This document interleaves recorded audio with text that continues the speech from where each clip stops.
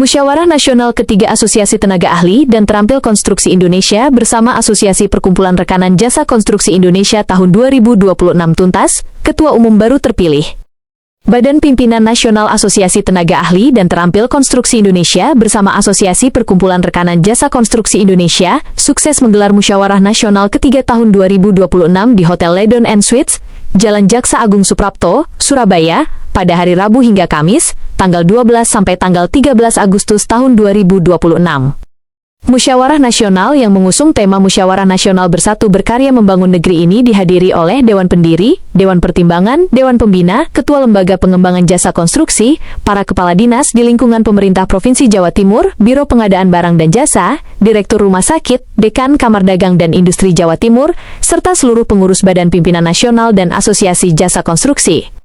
Ketua Pelaksana Musyawarah Nasional Ketiga, Muhammad Syarifuddin Abdillah, Sarjana Hukum, Magister Hukum, dalam sambutannya menyampaikan bahwa acara ini menjadi momentum persatuan untuk memperkuat peran asosiasi dalam pembangunan nasional. Beliau menyampaikan bahwa dengan semangat persatuan, kebersamaan, dan kerja nyata, seluruh anggota siap menjadi bagian dari kekuatan pembangunan nasional. Bersatu dalam visi, berkarya dalam aksi, untuk negeri. Agenda strategis Musyawarah Nasional Ketiga. Selama 2 hari pelaksanaan, Musyawarah Nasional membahas 4 agenda utama. Pertama, laporan pertanggungjawaban pengurus pusat periode sebelumnya. Kedua, penyempurnaan anggaran dasar dan anggaran rumah tangga agar selaras dengan Undang Organisasi Kemasyarakatan dan Regulasi Sektor Jasa Konstruksi. Ketiga, perumusan program kerja dan rekomendasi organisasi. Keempat, pemilihan dan penetapan kepengurusan baru Badan Pimpinan Nasional Asosiasi Perkumpulan Rekanan Jasa Konstruksi Indonesia dan Badan Pimpinan Nasional Asosiasi Tenaga Ahli dan Terampil Konstruksi Indonesia periode 2026 sampai 2031. Hasil Musyawarah Nasional Ketua Umum baru terpilih periode 2026 sampai 2031.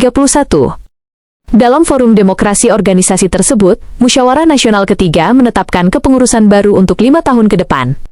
Pertama, Ketua Umum Badan Pimpinan Nasional Asosiasi Tenaga Ahli dan Terampil Konstruksi Indonesia, periode 2026 sampai 2031 adalah Bapak Husin Hasan Ali, Sarjana Ekonomi. Kedua, Ketua Umum Badan Pimpinan Nasional Asosiasi Perkumpulan Rekanan Jasa Konstruksi Indonesia, periode 2026 sampai 2031 adalah Bapak Haji Insinyur Supay M. Noor, Magister Manajemen. Syarifuddin Abdillah mengucapkan selamat kepada Ketua Umum terpilih.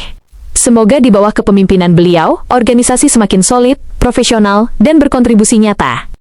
Desakan ke Lembaga Pengembangan Jasa Konstruksi kembalikan fungsi pembinaan asosiasi.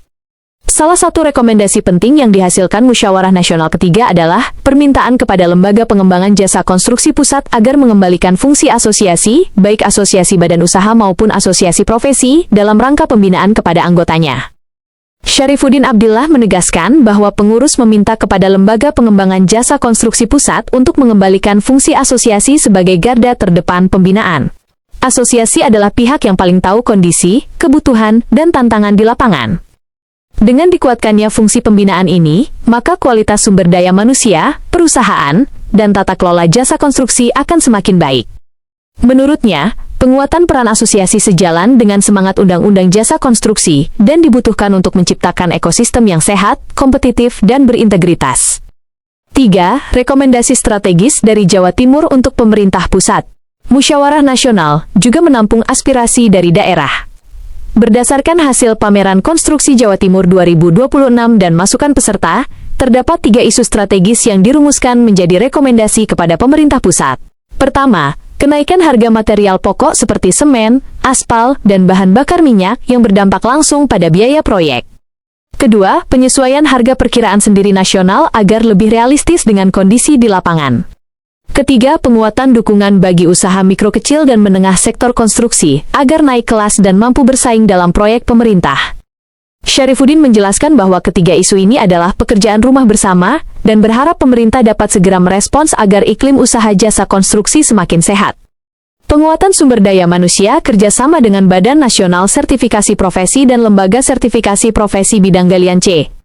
Sebagai bentuk dukungan terhadap program pemerintah dalam mencetak sumber daya manusia unggul, Badan Pimpinan Nasional ke depan akan melakukan kerjasama dengan Badan Nasional Sertifikasi Profesi serta Lembaga Sertifikasi Profesi di bidang pertambangan galian C. Syarifuddin menegaskan bahwa kerjasama ini bertujuan untuk mempersiapkan tenaga kerja konstruksi dan pertambangan yang bersertifikat kompetensi, profesional, dan siap bersaing. Ini adalah langkah nyata dalam mendukung Indonesia Emas 2045. Ucapan terima kasih. Atas nama panitia pelaksana, Syarifuddin Abdillah menyampaikan terima kasih kepada Bapak R. Muhammad Ali selaku Dewan Pendiri atas bimbingan dan dukungannya.